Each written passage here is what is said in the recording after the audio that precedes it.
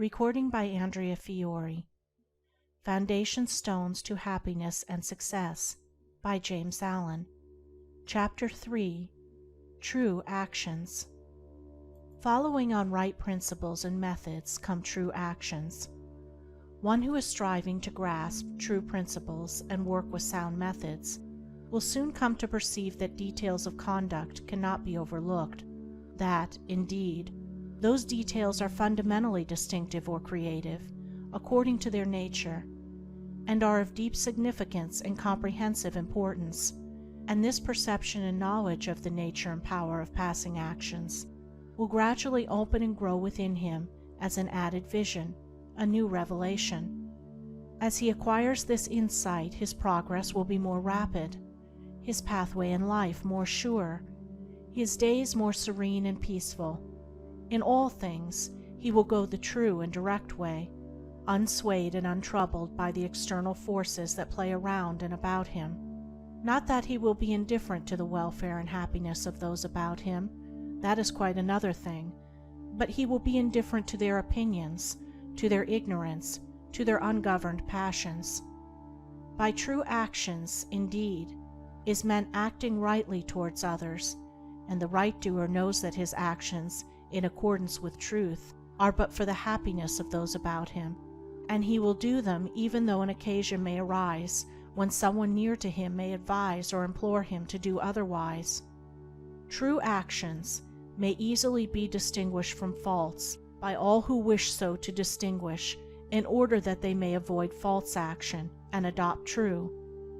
As in the material world, we distinguish things by their form, color, size, etc., choosing those things which we require, and putting by those things which are not useful to us.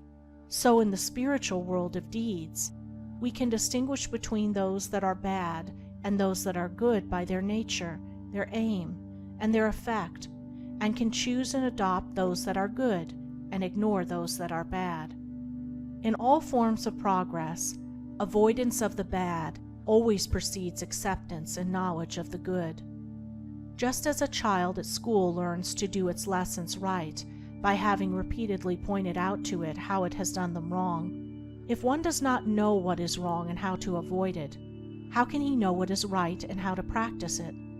Bad or untrue, actions are those that spring from a consideration of one's own happiness only, and ignore the happiness of others, that arise in violent disturbances of the mind and unlawful desires, or that call for concealment in order to avoid undesirable complications. Good or true actions are those that spring from a consideration for others, that may arise in calm reason and harmonious thought framed on moral principles, or that will not involve the doer in shameful consequences if brought into the full light of day. The right doer will avoid those acts of personal pleasure and gratification which by their nature bring annoyance, pain, or suffering to others, no matter how insignificant those actions may appear to be. He will begin by putting away these. He will gain a knowledge of the unselfish and true by first sacrificing the selfish and untrue.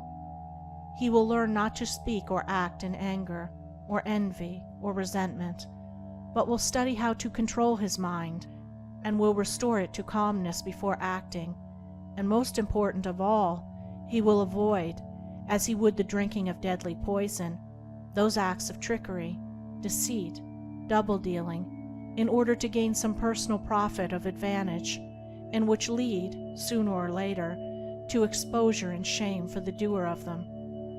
If a man is prompted to do a thing which he needs to conceal, and which he would not lawfully and frankly defend if it were examined of witness, he should know by that it is a wrong act, and therefore to be abandoned without a further moment's consideration.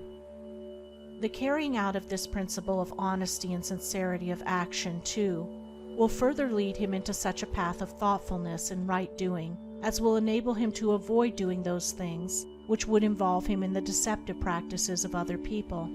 Before signing papers, or entering into verbal or written agreements, or engaging himself to others in any way at their request, particularly if they be strangers, he will first inquire into the nature of the work or undertaking, and so, enlightened, he will know exactly what to do, and will be fully aware of the import of his action. To the right doer, thoughtlessness is a crime. Thousands of actions done with good intent lead to disastrous consequences because they are acts of thoughtlessness, and it is well said that the way to hell is paved with good intentions. The man of true action is, above all things, thoughtful. Be ye therefore wise as serpents and harmless as doves. The term thoughtlessness covers a wide field in the realm of deeds. It is only by increasing in thoughtfulness that a man can come to understand the nature of actions, and can, thereby, acquire the power of always doing that which is right. It is impossible for a man to be thoughtful and act foolishly. Thoughtfulness embraces wisdom. It is not enough that an action is prompted by a good impulse or intention. It must arise in thoughtful consideration if it is to be a true action, and the man who wishes to be permanently happy in himself and a power for good to others must concern himself only with true actions. "I did it with the best of intentions" is a poor excuse from one who has thoughtlessly involved himself in the wrongdoing of others. His bitter experience should teach him to act more thoughtfully in the future. True actions can only spring from a true mind, and therefore while a man is learning to distinguish and choose between the false and the true, he is correcting and perfecting his mind, and is thereby rendering it more harmonious and felicitous, more efficient and powerful.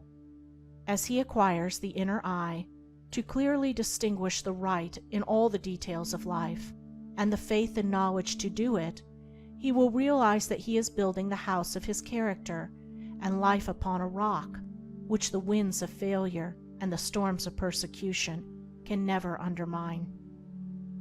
End of Chapter 3. Recording by Andrea Fiore.